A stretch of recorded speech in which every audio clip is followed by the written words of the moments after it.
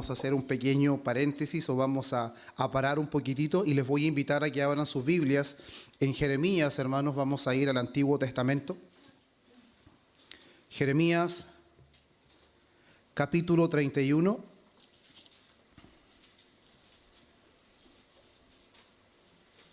Y vamos a dar lectura del versículo 31 al versículo 34. El profeta Jeremías, capítulo 31.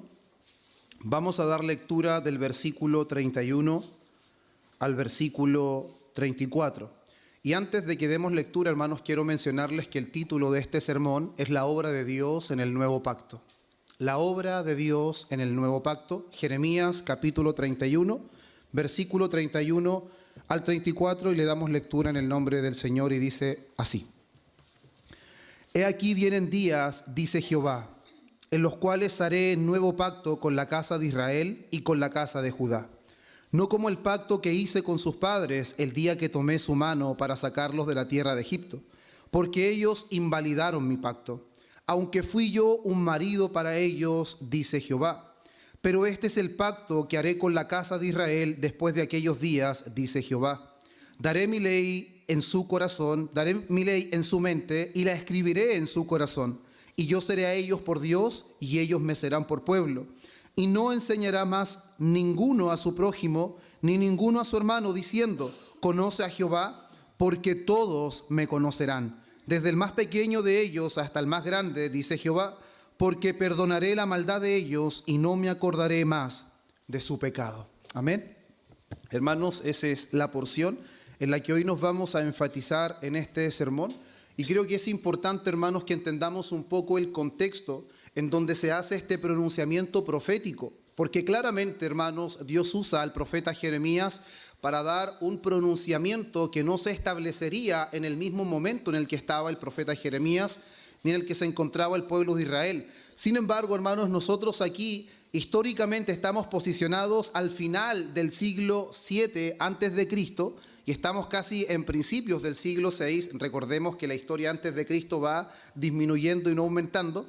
Y estamos frente, hermanos, justamente antes del periodo del exilio del pueblo de Israel, cuando serían, hermanos, gobernados o serían sitiados por Babilonia.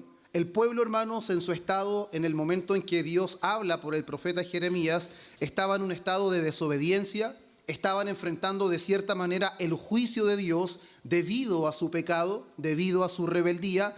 Por lo tanto, hermanos, era inminente, en cualquier momento se iba a cumplir ese momento de exilio. Pero es en esa situación, es en ese contexto, en donde la palabra del Señor viene a Jeremías, y Jeremías, hermanos, hace este pronunciamiento profético, en donde nosotros escuchamos, hermanos, la promesa de un nuevo pacto, un pacto que sería distinto, que sería diferente al pacto que Dios había hecho con sus padres cuando Él los había sacado de la tierra de esclavitud, de la tierra de Egipto. Sin embargo, antes de que nos introduzcamos, hermanos, en estos versículos, creo que es importante considerar algunos aspectos, porque normalmente nosotros quizás no estamos familiarizados tanto con la terminología de pactos.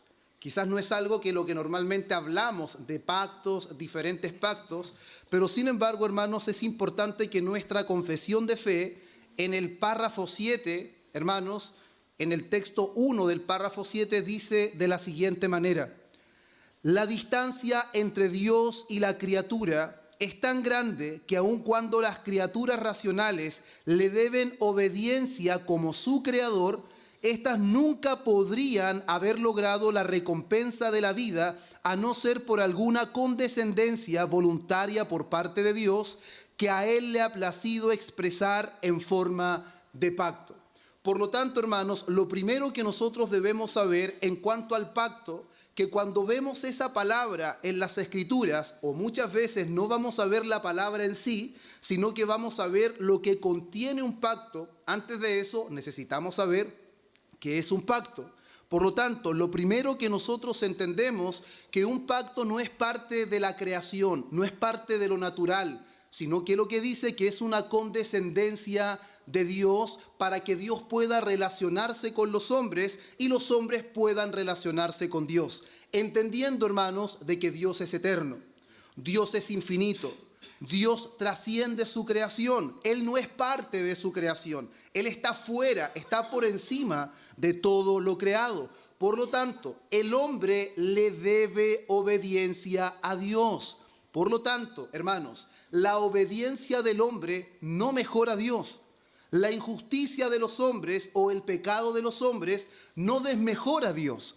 Por lo tanto, cuando Dios establece pactos es para que Él pueda relacionarse con el hombre y el hombre pueda disfrutar de esa relación con el Señor. Por lo tanto, condescender, hermanos, se refiere a que Dios, hermanos, de alguna manera se adapta a las capacidades del hombre. Dios, hermanos, se acomoda a nuestras limitaciones para que podamos entenderlo y para que podamos disfrutar, hermanos, de una relación con Él. Por lo tanto, hermanos míos, cuando Dios condesciende a tener un pacto con los hombres, no significa que Él cambia o rebaja su esencia, sino que Dios condesciende, significa que Él se adapta, Él se acomoda a los hombres para que el hombre pueda entenderlo, para que el hombre pueda relacionarse con Él. Es algo como cuando el rey David dice en Salmo 113, versículos 5 al 8, y dice de la siguiente manera: ¿quién es como el Señor nuestro Dios, que está sentado en las alturas, que se humilla para mirar lo que hay en el cielo y en la tierra? Esa palabra, que se humilla, significa que Dios condesciende. Él tiene que adaptarse, tiene que acomodarse, hermanos, para que el hombre pueda entenderlo, para que el hombre pueda relacionarse con Él. Y vamos a ver, hermanos, en el avance de este sermón, cómo la mayor o el mayor acto de condescendencia de Dios es cómo Cristo toma forma de hombre. Si en algún momento de la historia Dios condesciende en un aspecto muy alto, es cuando Cristo, el Verbo de Dios, se hace hombre. Es la mayor condescendencia de Dios, hermanos, al nivel de hacerse hombre para poder salvarnos. Por lo tanto, hermanos míos, nosotros de alguna manera entendemos que un pacto, hermanos, es una disposición soberana de Dios, en donde Dios establece los términos. Los pactos, hermanos, no son disposiciones entre iguales. No es como, por ejemplo, cuando nosotros distribuimos un contrato cuando trabajamos y vamos a un trabajo y el empleador nos dice: yo te doy esto si tú haces esto. Por lo tanto, hay un pacto, hay un contrato de por medio donde hay beneficios y donde hay sanciones. Un pacto, hermanos, está sujeto a beneficios por la obediencia y está sujeto a sanciones o amenazas cuando se desobedece. Pero es importante entender que un pacto, hermanos, no es una disposición entre pares, sino que es una disposición soberana de Dios. Dios no tenía la obligación de relacionarse en forma de pacto con los hombres. De forma natural, Dios creó al hombre con su ley en su mente. Por lo tanto, todos los hombres tienen en su conciencia un conocimiento de lo que es bueno y de lo que es malo. Y lo vemos a lo largo del relato de la historia, en donde inclusive en un momento determinado una mujer sorprendida en el acto de adulterio, la palabra dice que desde el más anciano hasta el más joven, acusados por su conciencia, volvieron a su casa. Eso quiere decir que la conciencia los acusó referente a lo que estaban haciendo, pero la conciencia no es capaz de regenerar el corazón. Por lo tanto, una cosa es la ley natural que Dios da a todos los hombres y otra cosa es lo que vamos a ver, que es el nuevo pacto cuando Dios escribe su ley en la mente y en el corazón de aquellos que componen este nuevo pacto. Por lo tanto, hermanos míos, es un acto extraordinario de que Dios condescienda y que de manera soberana Él determine relacionarse con los hombres en forma de pacto, hermanos. Y este pacto, Dios establece términos en su relación con el hombre. Y Él se compromete, hermanos, a bendecir a los hombres si cumplen. Pero al mismo tiempo, si no cumplen, las amenazas de la ley caerán sobre aquellos que no la cumplen. Y vamos a ver en nuestro texto cómo Dios dice que ellos invalidaron su pacto, cómo dice que ellos quebrantaron su pacto. Por lo tanto, hermanos, es importante que nosotros entendamos que cuando estudiamos los pactos, hermanos, es algo muy importante, es interesante, Pero es muy importante porque cuando entendemos que Dios se relaciona con los hombres en forma de pacto, esto nos permitirá entender toda la historia de la redención. Cuando no comprendemos de que Dios se relaciona con la humanidad en forma de pacto, no entenderemos el relato de la Biblia, hermanos. ¿Por qué no lo entenderemos? Porque la Biblia es una revelación progresiva. ¿Escuchó bien eso? La Biblia es una revelación progresiva y en la Biblia encontramos diferentes cosas. Primero, encontramos historias, encontramos leyes, encontramos profecías, encontramos promesas, hermanos. Por lo tanto, nos debemos hacer una pregunta. ¿Cómo en una sola Biblia, en un solo libro, encontrando historias, leyes, promesas, profecías, cómo podemos encontrar unidad en todas estas cosas? La única forma de encontrar perfecta unidad en todas estas cosas es entendiendo de que todo esto es una revelación progresiva que Dios ha establecido en forma de pacto. Si hay algo que podemos ver, hermanos, en las Escrituras, que a pesar que hay diferentes escritores, a lo largo de casi 1600 o 1500 años, la Biblia tiene una unidad perfecta. Tiene una unidad perfecta y esa unidad perfecta se debe al que el que en realidad relata toda esta progresión es Dios mismo. Es Dios el que se ha decidido revelar y Dios se ha revelado en forma de pacto. Por lo tanto, hermanos, vamos a nuestro texto que dice de la siguiente manera, versículo 31. He aquí que vienen días, dice Jehová, en los cuales haré nuevo pacto con la casa de Israel y con la casa de Judá, no como el pacto que hice con sus padres, el día que tomé de su mano para sacarlos de la tierra de Egipto, porque ellos invalidaron mi pacto, aunque fui yo un marido para ellos. Por lo tanto, hermanos, es importante entender que Dios se ha relacionado en forma de pacto y como se relacionó con Israel, Él era como un marido para su pueblo. Por eso que podemos encontrar que muchas veces Israel era adúltero, porque era infiel a Dios que se relacionaba con ellos como su esposo, como su propio marido, hermanos. Por eso las infidelidades de Israel se consideraban un adulterio. Dice, aunque fui yo un marido para ellos, dice Jehová. Por lo tanto, hermanos, este pronunciamiento profético está estableciendo algo, un nuevo pacto. Y hermanos, no es nuevo en el sentido de que no haya ninguna mención referente a esto, sino que es nuevo en relación al pacto con el que Dios se viene relacionando con la nación de Israel. ¿Por qué digo que no es nuevo? Porque si usted va en su Biblia al primer libro, en Génesis capítulo 3, versículo 15, usted va a encontrar que en medio del juicio, en medio de las sanciones que Dios está aplicando a Adán y a Eva por causa de la desobediencia, Dios hace una promesa. La pregunta es, ¿Dios tenía la obligación de hacer esa promesa? En absoluto, hermanos. Lo que Dios debía hacer era traer sanciones severas. Del día que coman del árbol del bien y del mal, ciertamente morirán. Dios cumplió su promesa y ellos murieron espiritualmente. Y el relato de Génesis va a mostrar de que todos los hombres iban muriendo un día. Vivían cierta cantidad de años, pero morían. Por lo tanto, la amenaza de la ley se cumplió. Pero sin embargo, en medio, hermanos, en medio de la sentencia, Dios hace una promesa. Y le habla a la serpiente y le dice que de la simiente de la mujer vendrá uno que aplastará la cabeza de la simiente de la serpiente y que el de la simiente de la serpiente le herirá el calcañar. Por lo tanto, Él está prometiendo que de la simiente de la mujer vendrá un Salvador, hermanos.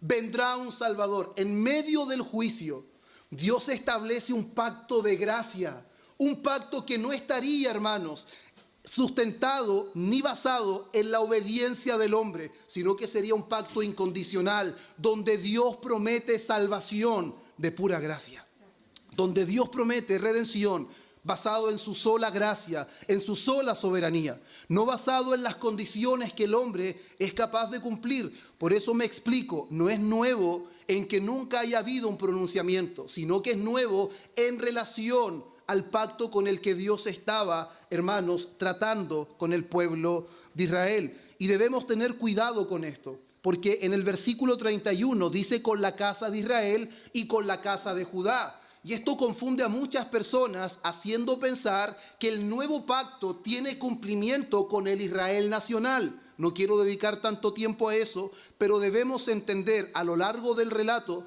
que aquí Dios no se está refiriendo al Israel nacional. No se está refiriendo a los descendientes de Abraham según la carne, sino que está haciendo un pronunciamiento espiritual a los verdaderos israelitas. Y el verdadero israelita no es el según la carne, dice Pablo, sino que es el de corazón. Ese es el verdadero israelita, el verdadero judío. Por lo tanto, hermanos míos, debemos entender que Dios está haciendo un pronunciamiento de un pacto que tiene repercusiones espirituales. Un pacto que no estaría relacionado con la capacidad del hombre de cumplir con cosas externas. Hermanos, ¿por qué es tan importante lo que estamos viendo hoy? Porque en el antiguo pacto nosotros podemos ver todos los rituales y todas las ceremonias que los hombres eran capaces de hacer, todas las cosas que los hombres eran capaces de cumplir de manera externa, pero su corazón permanecía inmune. El corazón de muchos permanecía, hermanos, endurecido. Pero sin embargo el nuevo pacto anticipaba que los hombres ya no tendrían que guiarse por rudimentos externos, por cosas que solamente purificaban la carne, sino que Dios estaba prometiendo que cuando el nuevo pacto se instaurara, los hombres experimentarían una transformación de su corazón, una transformación del alma, sus mentes conocerían a Dios. Por lo tanto, estamos hablando de algo glorioso, hermanos. Estamos viendo el pronunciamiento profético que se instauraría un nuevo pacto según lo que Dios había prometido en el Génesis, según lo que Dios había anunciado en medio del juicio, hermanos. Y en las Escrituras, hermanos, nosotros tenemos diferentes pactos. Vemos el pacto con Adán, vemos el pacto con Noé, y nos damos cuenta que son pactos, hermanos, universales, que son pactos, hermanos, que abarcan a toda la humanidad. Pero sin embargo vemos el pacto con Abraham, que es de los pactos que tiene mayores confusiones, porque el pacto con Abraham, hermanos, tiene resultados nacionales para Israel, pero al mismo tiempo tiene resultados espirituales.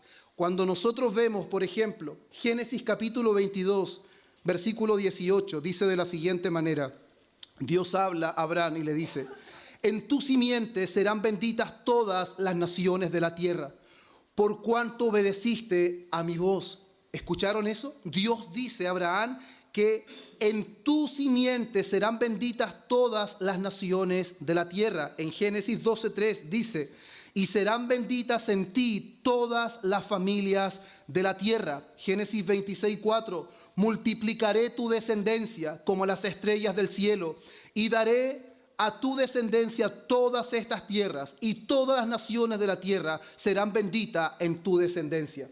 Por lo tanto, hermanos, esto trajo confusión aún en el pueblo judío. Si ustedes se dan cuenta en el relato del Nuevo Testamento, si hay algo que normalmente le sacaban en cara a los judíos a Jesús, es que ellos eran descendientes de Abraham, que ellos eran hijos de Abraham. Y de cierta manera tenían razón, porque ellos eran de la descendencia de Abraham. Lo que ellos no entendían de que el pacto que Dios había establecido con ellos y las promesas que Dios les había dado, Dios había prometido conservar Israel. Pero no eran, hermanos, esa simiente que Dios le había dado a conocer a Abraham, porque esa simiente, Pablo nos va a decir, hermanos, en Gálatas capítulo 3, versículo 16, lo siguiente. Ahora bien, a Abraham fueron hechas las promesas. ¿A quién fueron hechas las promesas? A Abraham. Dice, y a su simiente. No dice ya las simientes como si hablase de mucho, sino como de uno, ya tu simiente, la cual es Cristo. Por lo tanto, la simiente en la cual serían benditas todas las familias de la tierra no era la nación de Israel, sino que era Cristo, hermanos. Cristo es la simiente que Dios promete a Abraham, en donde todas las familias de la tierra serían bendecidas. Veamos Juan capítulo 8. Juan capítulo 8. Quiero que vayamos entendiendo esto, hermanos. Juan capítulo 8. Vamos a leer del versículo 39 en adelante. Veamos cómo los judíos, hermanos, todavía no comprendían de manera clara que el nuevo pacto que Dios había anunciado proféticamente, o la promesa que dio en Génesis 3:15, no los involucraba directamente a ellos. Ellos no eran la simiente en donde todas las naciones de la tierra serían bendecidas. 8:39 en adelante dice: respondieron y le dijeron: nuestro padre es Abraham. Jesús le dijo: si fueseis hijos de Abraham, las obras de Abraham haríais. Ellos están diciendo que son hijos de Abraham. ¿Están en lo correcto? Sí. Ellos son hijos de Abraham según la carne. Pero Jesús les dice: si fueran hijos de Abraham, las obras de Abraham ustedes harían. Jesús no les está respondiendo si ellos son hijos de Abraham según la carne, sino que ellos no son hijos de Abraham según la promesa. Porque la promesa era a la simiente de Abraham. Y esa simiente no es Israel. Esa simiente es Cristo, en quien todas las familias de la tierra serían bendecidas. Por lo tanto, el pacto de Dios hecho con Abraham tiene, hermanos, resultados nacionales con Israel, pero tiene resultados espirituales en la simiente de Cristo. Hermanos, y es importante que nosotros podamos entender, hermanos, y considerar que el nuevo pacto no significa que sea algo mejorado del antiguo. No es algo que simplemente, hermanos, viene a traer un pequeño cambio, sino que es algo completamente nuevo. Es algo diferente del antiguo pacto. No es una renovación, no es un mejoramiento, sino que es su reemplazo. El nuevo pacto vendría a reemplazar el antiguo pacto. ¿Por qué esto es tan importante?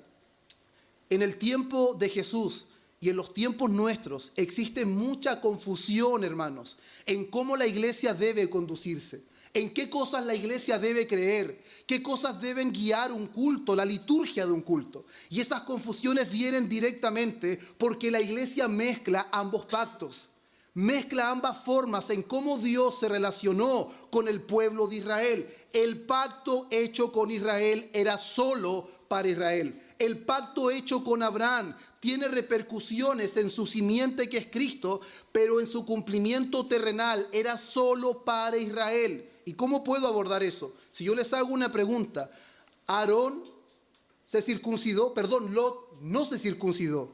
Solamente Abraham y su descendencia, porque era un pacto con él y con su descendencia, porque a través de la descendencia de Abraham vendría la simiente prometida, que es Cristo.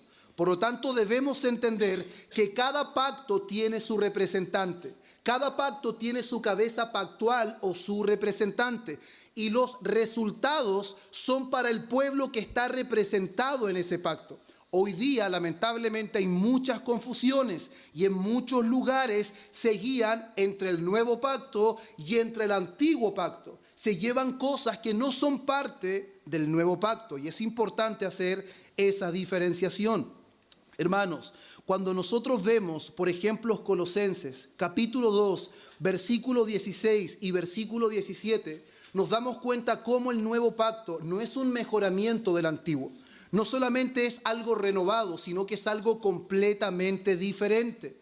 Colosenses 2, versículo 16 y 17 dice así: por tanto, nadie juzgue en comida o en bebida, o en cuanto a días de fiestas, luna nueva o días de reposo. Todo lo cual es sombra de lo que ha de venir, pero el cuerpo es de Cristo. Por lo tanto, el apóstol Pablo está diciendo que todas esas ceremonias, que todas esas festividades que el pueblo de Israel festejaba o celebraban, simplemente eran una sombra. Era algo sombrío que apuntaba a algo mayor. Pero la esencia, la sustancia de quién es Cristo. Por lo tanto, todas esas cosas no eran para que prevalecieran para siempre. Eran temporales. Tenían el sentido de revelar algo mayor, algo diferente. Y Cristo era el cumplimiento de todas esas cosas. Hebreos capítulo 10, versículo 1. Porque la ley, teniendo la sombra de los bienes venideros, ¿escuchó eso? La ley solo tenía la sombra de los bienes venideros, no la imagen misma de las cosas. Nunca puede, por los mismos sacrificios que ofrecen continuamente cada año, hacer perfecto a los que se acercan. Por lo tanto, todas las leyes civiles, las leyes ceremoniales, todos los rituales, todos los sacrificios en sí mismos no eran el nuevo pacto. No era el pacto de gracia que Dios había establecido en Génesis 3, versículo 15, sino que todas esas cosas apuntaban a Cristo. Todas esas cosas eran sombras, eran tipo de algo que era completamente distinto y completamente mayor, que era Cristo. Los sacrificios, cuando se llevaban a cabo, purificaban la carne. Dios le dio cierto valor en su tiempo, pero sin embargo, por la imperfección de los sacrificios, dice el escritor de Hebreo, que las personas no podían experimentar la limpieza de su conciencia. Mostraban la imperfección, mostraban que al final de cuentas los animales morían, las personas de cierta forma experimentaban purificación del cuerpo, pero seguían siendo pecaminosos. Seguían experimentando esa conciencia de pecado, porque los sacrificios no quitaban el pecado.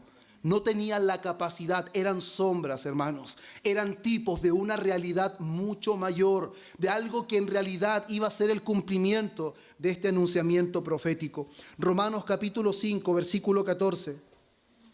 No obstante, la muerte reinó desde Adán hasta Moisés, aún sobre los que no pecaron a la manera de la transgresión de Adán, el cual es figura de lo que había de venir. Aún Adán, hermanos, el primer hombre, era una figura del que había de venir. Aún Adán, el primer ser creado, era una figura, hermanos, de quien representaría a su pueblo, a tal punto que su pueblo podría recibir todos los beneficios del pacto de gracia. Y quiero explicar algo, hermanos. Cristo es el cumplimiento del pacto de gracia. Pero sin embargo, ese pacto de gracia lo disfrutamos nosotros porque el pacto que Dios estableció con su Hijo es un pacto de obras. Cuando Dios establece el pacto de obras con su Hijo, Dios le dice que si Él paga el precio, que si Él vive una vida perfecta de obediencia, Él tendrá una descendencia innumerable. Por lo tanto, el pacto que Dios lleva a cabo con su Hijo es un pacto de obras. Y Cristo cumple el pacto de obras de manera perfecta, de manera satisfactoria. Por lo tanto, toda su descendencia puede experimentar los beneficios del cumplimiento de la ley, hermanos. Nosotros disfrutamos de un pacto de gracia. Cristo cumplió el pacto de obras. Él cumplió perfectamente las demandas que Dios había entregado. Por eso, el primer Adán, hermanos, no pudo cumplir en las mejores condiciones. Pero Cristo, el postrer Adán, Él cumplió todas las demandas, todas las expectativas en representación de su pueblo. Cristo cumplió un pacto de obras.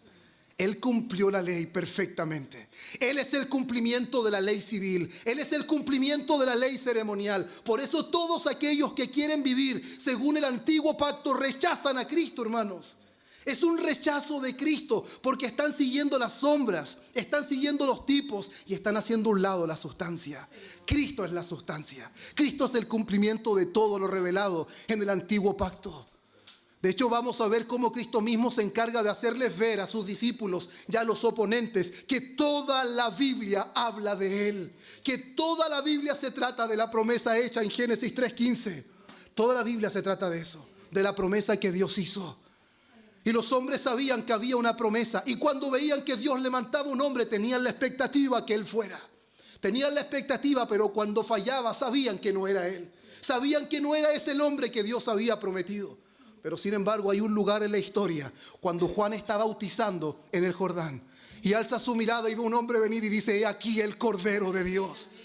Él es el que quita el pecado del mundo.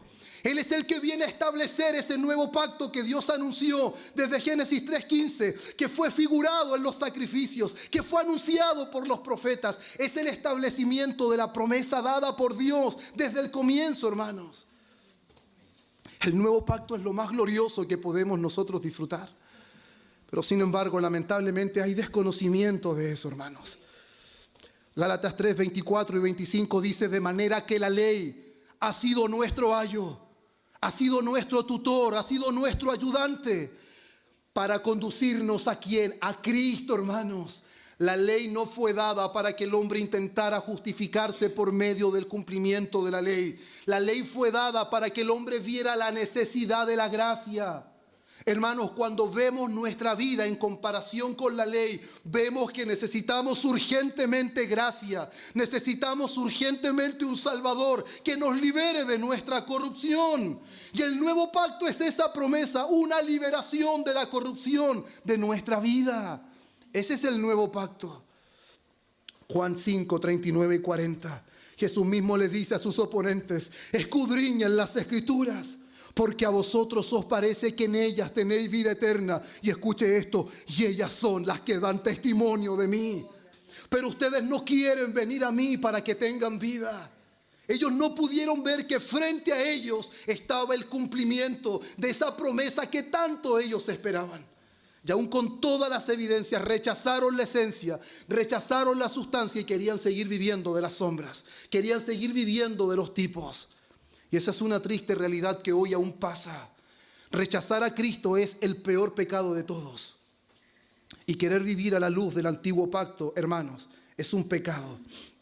Lucas 24, 27. Ustedes se acuerdan de cuando Jesús resucitó y va con esos hombres camino a Emaús. Y Él les traza las Escrituras y les dice: y comenzando desde Moisés y siguiendo por todos los profetas, les explicaba en todas las Escrituras lo que de Él decían. Por lo tanto, Él es la simiente de Abraham. Él es, hermanos, es la sustancia de todas las leyes que Dios le dio al pueblo cuando lo sacó de Egipto. Él es el cumplimiento del pacto mosaico o sinaítico, como le llaman algunos. Mosaico por Moisés o sinaítico porque se entregó en el monte Sinaí. Por lo tanto, Él es el cumplimiento de todas esas cosas. Él es la sustancia de todo lo que había prefigurado el Antiguo Testamento. Entonces, cuando leemos esto, hermanos, volvamos a Jeremías 31. Cuando vemos esto,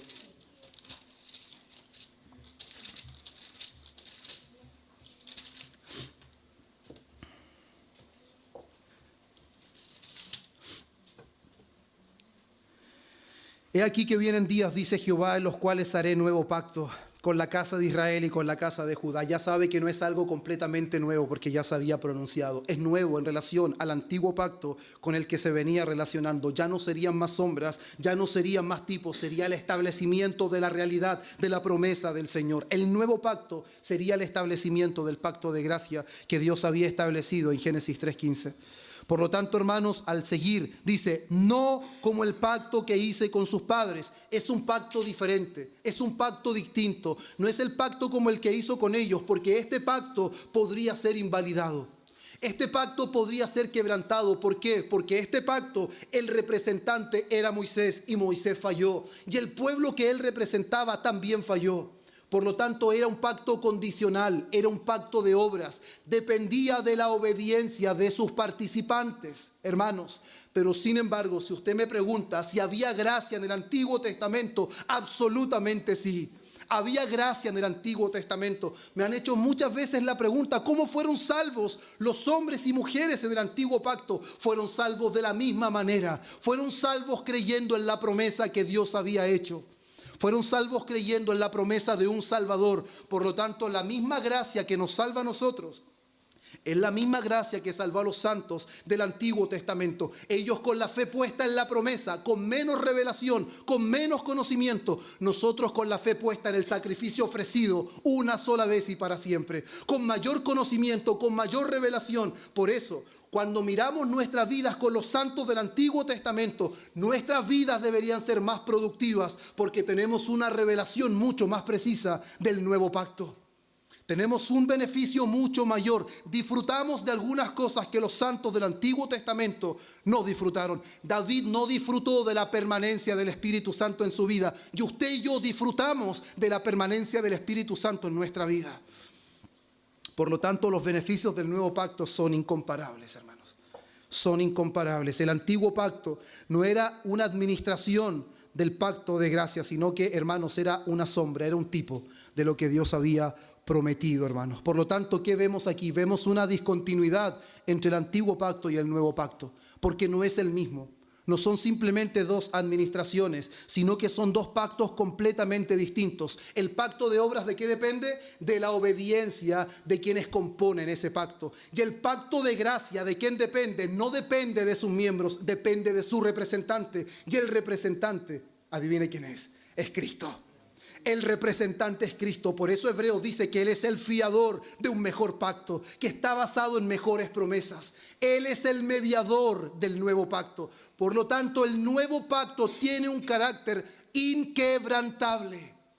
Hermanos, el nuevo pacto es inquebrantable. Por eso que la seguridad de los integrantes del nuevo pacto es absoluta, porque su representante cumplió a cabalidad las exigencias de la ley. Por lo tanto, no hay posibilidad, hermanos, de que ese pacto se quebrante, porque Cristo es el fiador de ese pacto. No fue Adán, no fue Noé, no fue Abraham, no fue Moisés y tampoco David. Ellos eran sombras del que había de venir. Había uno que era mejor que Adán. Habría de venir uno que era mejor, hermanos, que Noé. Uno que era mejor que Abraham. Uno que era mejor que David. Por eso Mateo, cuando comienza su evangelio, dice: Jesucristo, esta es la genealogía de Jesucristo, hijo de Abraham, hijo de David. Él es la simiente en el cual todas las naciones serán benditas. Él es el que se sentará en el trono de David por siempre. Él es Cristo, nuestro Señor. Él es el fiador de ese nuevo pacto, hermanos. Por eso la confianza del creyente es absoluta. Su seguridad, su perseverancia está garantizada, no por sus obras, no por sus méritos, no por el cumplimiento de ceremoniales externos, sino porque Cristo, el gran fiador, cumplió todas las demandas en su lugar. Adán no pudo, ninguno pudo, pero Cristo sí lo hizo. Cristo cumplió absolutamente con todo, hermanos, con absolutamente todo. Por eso el versículo 33 dice: pero este es el pacto que haré con la casa de Israel. No era como el pacto anterior, es un pacto diferente, es un pacto nuevo, es un pacto de gracia que no depende de los integrantes del pacto, sino depende del fiador, depende de la cabeza pactual. Si alguna vez escucha que es la cabeza representativa, la cabeza pactual o la cabeza federal, estamos hablando de lo mismo. Cabeza pactual, cabeza federal significa que es el representante del pueblo. Por lo tanto, todo lo que el representante hace repercute en el pueblo que él está representando. Cristo cumplió todo, representó perfectamente a su pueblo. Por lo tanto, su pueblo hoy goza de todos los beneficios que la ley ofrecía. Dios dijo que si cumples estas cosas vivirás para siempre. Cristo cumplió las demandas de la ley. Por eso quienes vienen a Él tienen vida en abundancia. Porque Él cumplió todas esas cosas y todos los beneficios de la ley ahora son para su pueblo. Pero su pueblo desconoce muchas cosas de los beneficios de la ley. Y muchas veces vivimos como si no tuviéramos ningún beneficio. Y vivimos anclados en esta tierra, queriendo impresionar a Dios con algunas cosas. Hermanos, las ceremonias fueron tipos, sombras, nada más que eso. Nada más que eso. Cristo es la sustancia. Cristo es la sustancia. Pero este es el pacto que haré con la casa de Israel después de aquellos días, dice Jehová. Daré mi ley en su mente y la escribiré en su corazón. Y yo seré a ellos por Dios y ellos me serán por pueblo. Y no enseñarás más ninguno a su prójimo ni ninguno a su hermano diciendo: conoce a Jehová. Escuche esto: porque todos me conocerán. Todos los componentes del cuerpo de Cristo, todos los miembros de este pacto conocen al Señor. No existe tal cosa como miembros que no lo conocen y miembros que sí lo conocen. En el nuevo pacto, todos los que componen el cuerpo de Cristo conocen a Dios. Hay un conocimiento personal de Dios, desde el más pequeño de ellos hasta el más grande, dice Jehová. ¿Y cuál es el por qué? ¿Por qué sucederá esto? Porque perdonaré la maldad de ellos y no me acordaré más de su pecado. Por lo tanto, hermanos, aquí vamos a centrarnos en estas tres cosas que el Señor manifiesta y de donde se desprende el título de nuestro sermón: la obra de Dios en el nuevo pacto. ¿Cuál es esta obra? La ley en sus mentes y en sus corazones. Seré su Dios y ellos serán mi pueblo, y perdonaré sus pecados y no me acordaré más de ellos. Hay tres cosas, hermanos, que son el resultado de ser un miembro de este nuevo pacto. Por lo tanto, cuando decimos la ley en sus mentes y en sus corazones, dijimos en un principio que todos los hombres nacen con la ley de Dios en sus mentes. Pero eso es simplemente en un sentido de conciencia, en un sentido de poder conocer el bien y el mal, en un sentido de que no tengan excusa. Pero sin embargo, cuando estamos hablando de esto en relación al nuevo pacto, estamos hablando de la obra de la regeneración. Estamos hablando de la obra interna que solamente el Espíritu Santo puede llevar a cabo. Por lo tanto, el concepto de que Dios pone su ley en los corazones y en las mentes de su pueblo habla de la regeneración interior, donde la ley, hermanos, escuche esto, la ley no es una obligación externa, sino que se convierte en el deseo del corazón transformado. ¿Escuchó eso? En el nuevo pacto, la ley no es una obligación externa, sino que se convierte en el deseo del corazón que ha sido transformado. Y eso lo vemos, hermanos, como el escritor de Hebreos, en el capítulo 8, versículo 10, cita directamente a Jeremías. Es prácticamente lo mismo que dice Jeremías. Y vemos en Romanos, capítulo 8, versículos 7 y 8, cómo el apóstol Pablo habla, hermanos, de que la vida de un hombre sin experimentar la regeneración es imposible que agrade a Dios. Es imposible que un hombre no regenerado pueda agradar a Dios, porque no puede sujetarse a la ley de Dios. Es imposible que Él la cumpla, por eso se hace necesario Cristo. Pero sin embargo, en donde vemos un pronunciamiento tan claro y tan glorioso de esta obra de regeneración, es en el Antiguo Testamento. Ezequiel capítulo 36. Ezequiel capítulo 36, versículo 26 y 27, dice de la siguiente manera: os daré corazón nuevo y pondré espíritu nuevo dentro de vosotros. Y quitaré de vuestra carne el corazón de piedra, y os daré un corazón de carne, y pondré dentro de vosotros mi espíritu, y haré que andéis en mis estatutos, y guardéis mis preceptos, y los pongáis por obras. Por lo tanto, si algo vemos reflejado en este pronunciamiento de Ezequiel, es que el autor de esta obra de regeneración es solamente Dios. Si usted se da cuenta, yo lo tengo destacado en mi Biblia, dice: esparciré, os daré, pondré, quitaré, os daré, pondré y haré. Por lo tanto, eso deja en manifiesto que la obra de regeneración en el nuevo pacto es una obra soberana de Dios. No es algo que es cooperativo, no es que Dios hace el 50 y usted pone el 50. Es una obra completa de Dios, soberana en el corazón de los que componen su pueblo, hermanos. Por lo tanto, eso lo vemos de manera categórica, de que Él, hermanos, es el que va a regenerar el corazón. Hermanos, en la antigüedad, la ley del Señor estaba escrita en tablas de piedra y estaba guardada en el lugar santísimo. Pero sin embargo, en el nuevo pacto, la ley del Señor está escrita en el corazón de quienes componen este pacto. Y no está guardada en un templo físico, sino que está guardada en nosotros, que somos un templo, que estamos hechos de piedras vivas, hermanos. Por lo tanto, es glorioso conocer cuáles son los resultados de este nuevo pacto en la obra de aquellos que lo componen. El segundo punto: seré su Dios y ellos serán mi pueblo. Esto habla, hermanos, de un conocimiento personal de Dios. Este es un elemento importante del nuevo pacto, donde el conocimiento de Dios, hermanos, no se basa en la obediencia externa, sino, hermanos, en una relación regenerada y transformada. Por lo tanto, el conocimiento de aquellos que componen este pacto es debido a que han sido regenerados, que han sido cambiados, hermanos. Es por eso que normalmente nosotros intentamos cambiar a las personas y nos damos cuenta de que somos impotentes en eso. No podemos cambiarlos por más que intentamos. 1000 veces, 1.000.000 de veces no son suficientes para que ellos puedan entender. Pero solamente la obra del Espíritu aplica la palabra en el corazón de aquellos que Dios por gracia salva, hermanos. Y cuando Dios obra esa palabra en el corazón, esas personas son cambiadas, son transformadas y conocen al Señor de verdad. Mire lo que dice Juan, capítulo 17, versículo 3. Esta es la vida eterna, que te conozcan a ti, al único Dios verdadero, y a Jesucristo a quien has enviado. Primera de Juan 2, 3 y 4. Y en esto sabemos que nosotros le conocemos, si guardamos sus mandamientos. El que dice yo le conozco y no guarda sus mandamientos, el tal es mentiroso y la verdad no está en él. ¿Por qué, hermanos? Porque en el nuevo pacto se caracteriza porque sus integrantes tienen un conocimiento verdadero, un conocimiento personal de Dios que se traduce en obediencia. Una vida marcada por desobediencia dejará en evidencia que no hay un conocimiento real de Dios. Porque esa es la obra que Dios hace. Capacita nuestro corazón para que podamos andar en sus mandamientos, para que podamos deleitarnos en su ley. Mire lo que dice Jeremías 24:7. Jeremías 24:7.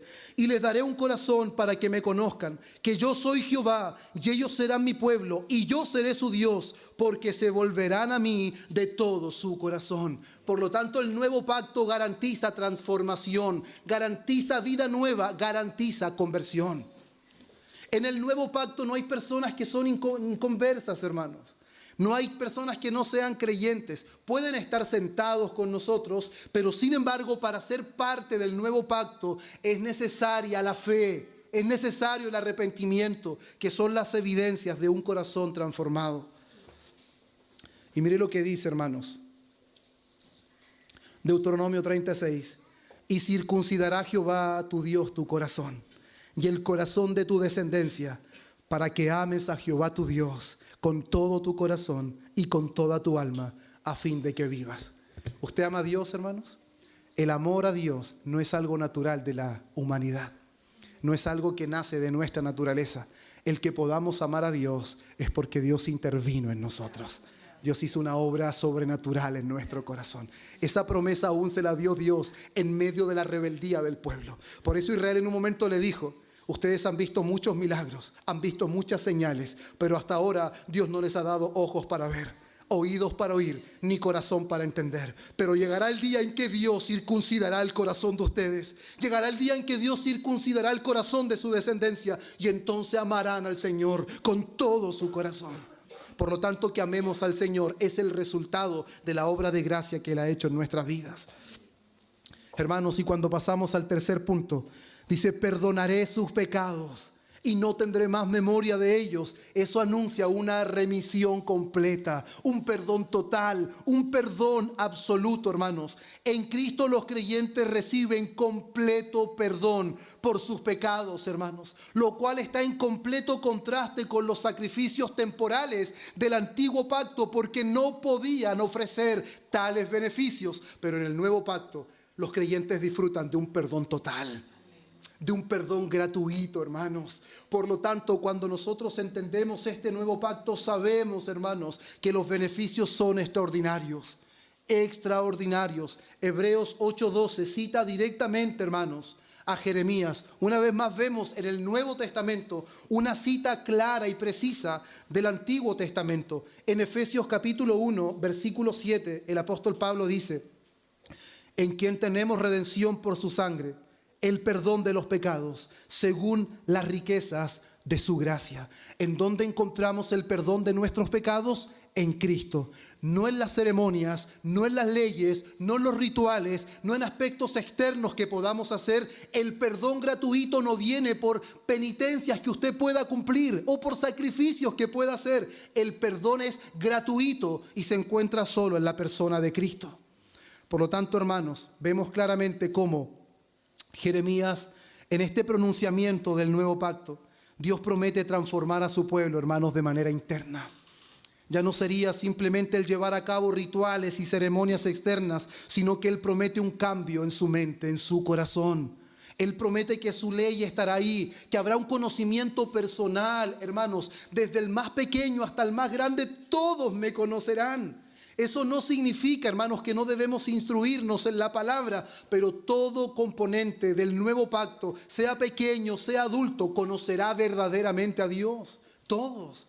De repente Dios salva a niños de 11, de 12 años, hermanos, y ellos tienen un conocimiento real de Dios, porque no lo adquieren de manera humana, es porque Dios obró en sus corazones. El nuevo pacto anuncia de que los que componen este nuevo pacto, todos conocerán al Señor. Y no será necesario decirle: conoce a Jehová, porque todos me conocerán. Todos los que componen el nuevo pacto, hermanos.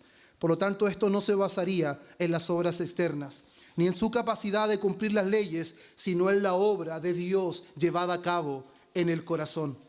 Por eso nosotros vemos, hermanos, que el Evangelio, escuche bien, ya estamos en la parte final. El Evangelio, hermanos, no es una nueva ley. El Evangelio no es una nueva ley que es más fácil.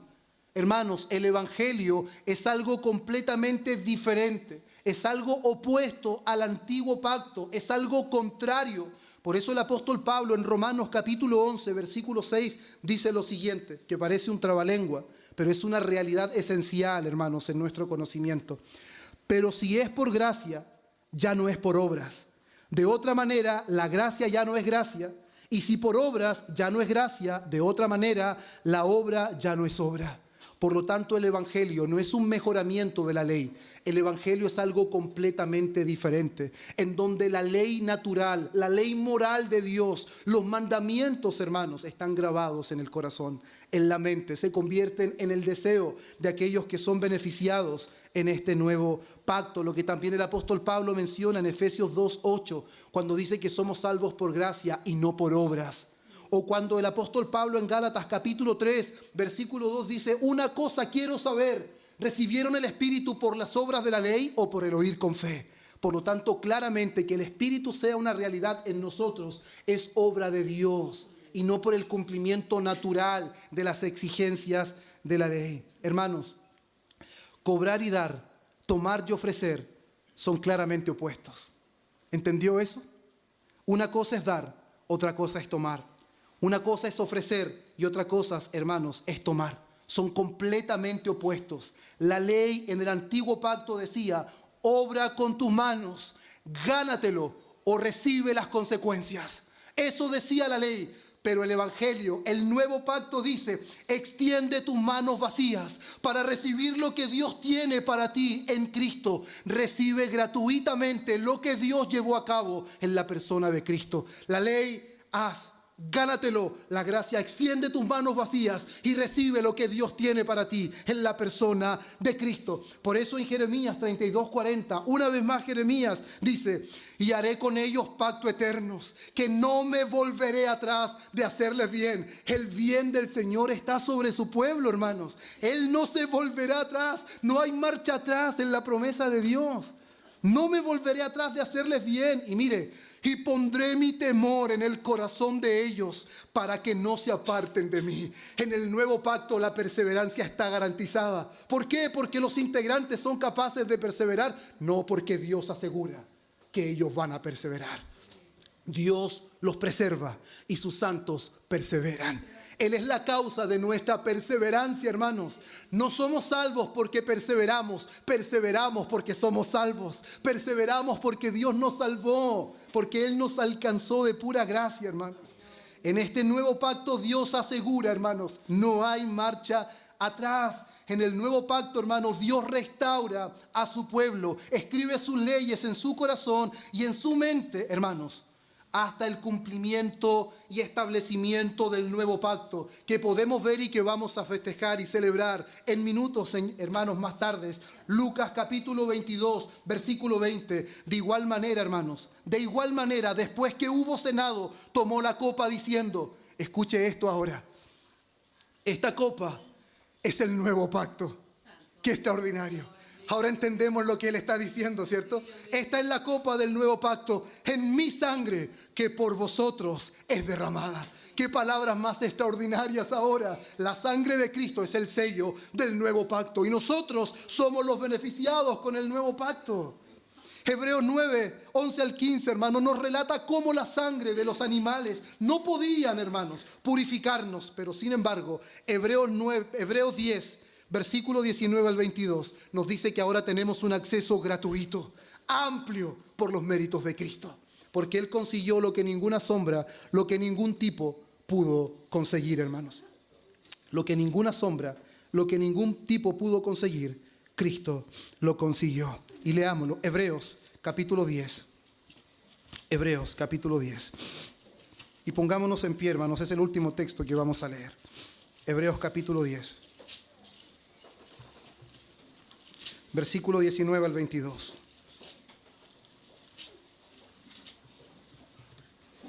Dice: